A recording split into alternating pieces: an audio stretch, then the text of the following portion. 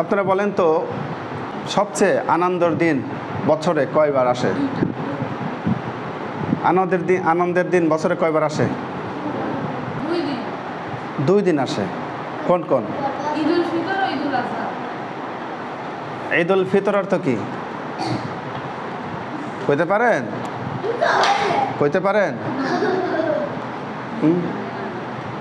ঈদুল ফিতর রমজানের ঈদে ফিতরা দেওয়া হয় না, এই জন্য ওই ঈদকে ঈদুল ফিতর বলা হয়।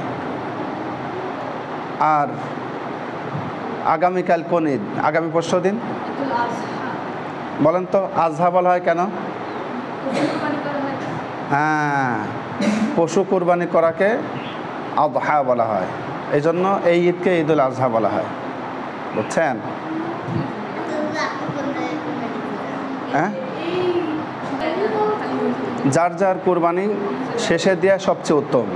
তবে আমাদের দেশে তো অনেকেই পারে না, ভয় পায় অনেকেই, এই জন্যে কী হয়, মসজিদের ইমাম সাহেবরে ডাকে বা যারা কুরবানি দিতে পারে তারে ডাকে।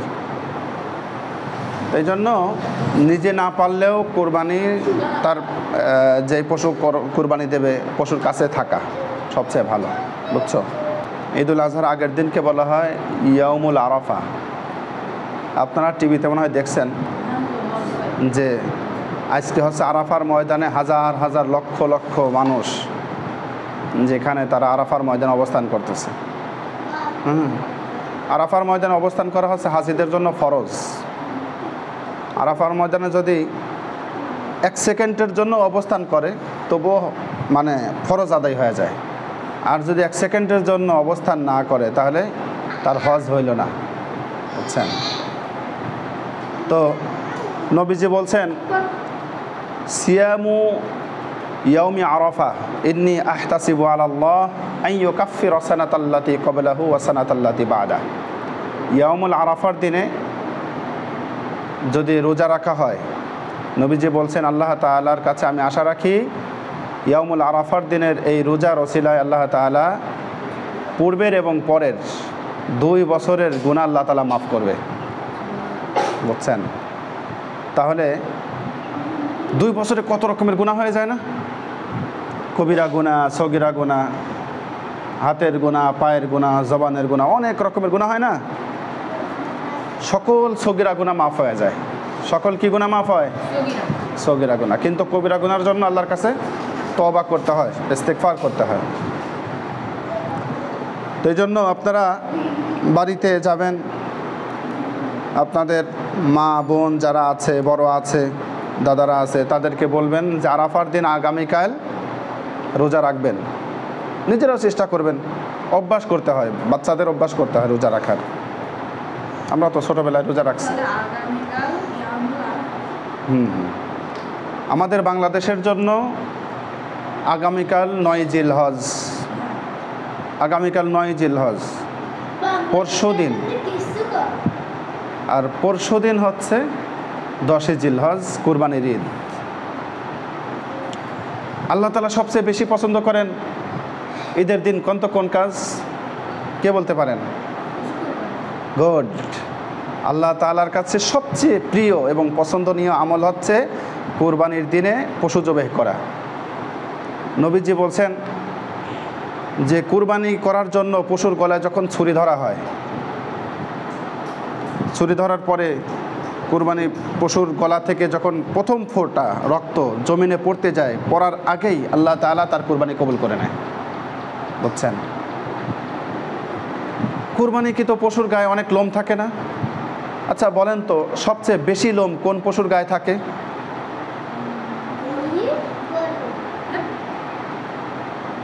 গরুর গায়ে লোম থাকে, কিন্তু আরও বেশি লোম থাকে কোন পশুর গায়ে? আচ্ছা আপনারা প্রথম বলেন তো। গুড, ভেড়া। ভেড়ার গায়ে সবচেয়ে বেশি লোম। কিসের গায়ে? ভেড়ার গায়ে। আপনারা দেখছেন ভেড়ার গায়ে কি অবস্থা, লোমে একদম মনে হয় চাদর দিয়ে ঢাকা। আচ্ছা বলেন তো কোন কোন প্রাণী দ্বারা কুরবানি দেওয়া যাবে? ষাঁড়, গরু।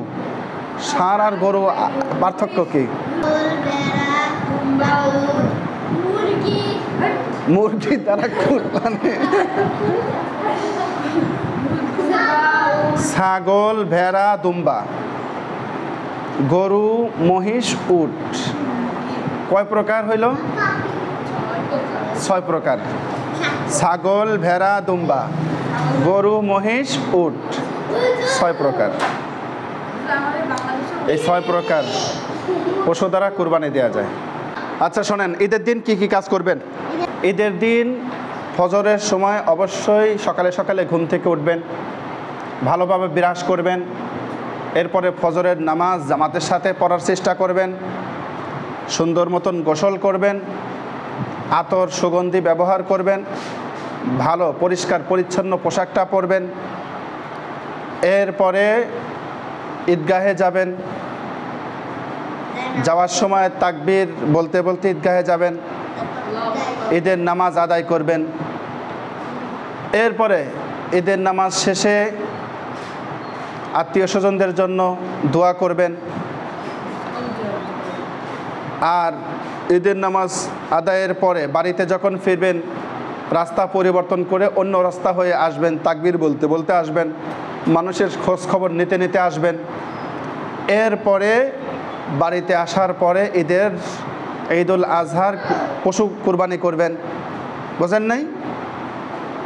আর ওই পশু কুরবানি হওয়া ওই পশুর গোশত দিয়ে সর্বপ্রথম খাবার খাবেন, ইফতার করবেন। এই কয়টা কাজ মোটামুটি, এই কয়টা কাজ যদি কেউ ভালো মতন করে অনেক সোয়াব, এগুলো খুব ভালো কাজ। আর মন্দ কাজগুলো হচ্ছে যে কাজগুলি মোটেও করবেন না, সেটা হচ্ছে বোম ফুটাবেন না, র্যালি করবেন না, কি করবেন না? বোম ফুটাবেন না, বোম কিনবেন না, রং নিয়ে খেলবেন না।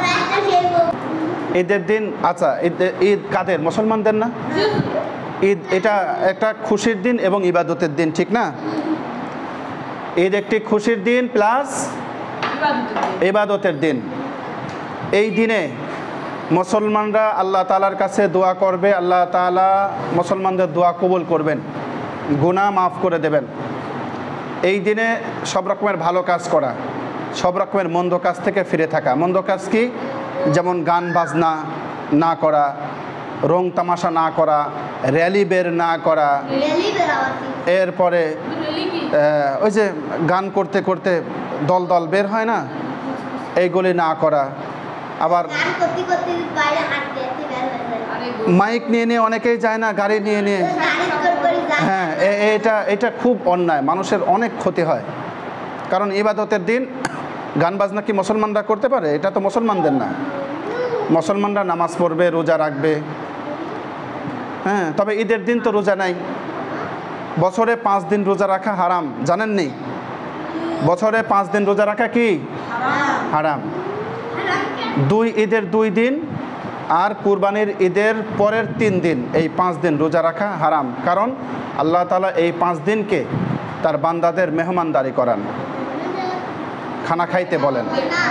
জি, এই জন্য এই 5 দিন রোজা রাখা কি হারাম। তাছাড়া বছরের সব দিন আপনারা রোজা রাখতে পারবেন। ঈদের দিন মেয়েদের হিল পরা, সাজুকুজু করা, সুন্দর ড্রেস পরে রাস্তায় বের হওয়া, এইগুলি একদমই অনুচিত, মন্দ কাজ। এতে অনেক ছেলেরা নষ্ট হয়ে যায়, আবার মেয়েরাও অনেক বিপদের সম্মুখীন হয়, ইফতিজিনের সম্মুখীন হয়, বোঝেন নাই? এই জন্য মেয়েরা সাজুকুজু বেশির থেকে বেশি বাড়ির ভিতরেই করতে পারে। আর মেয়েরা সাজবে কার জন্য? তার প্রিয়জন স্বামীর জন্য সাজবে। মেয়েরা কি অন্য পরপুরুষের জন্য সাজতে পারে?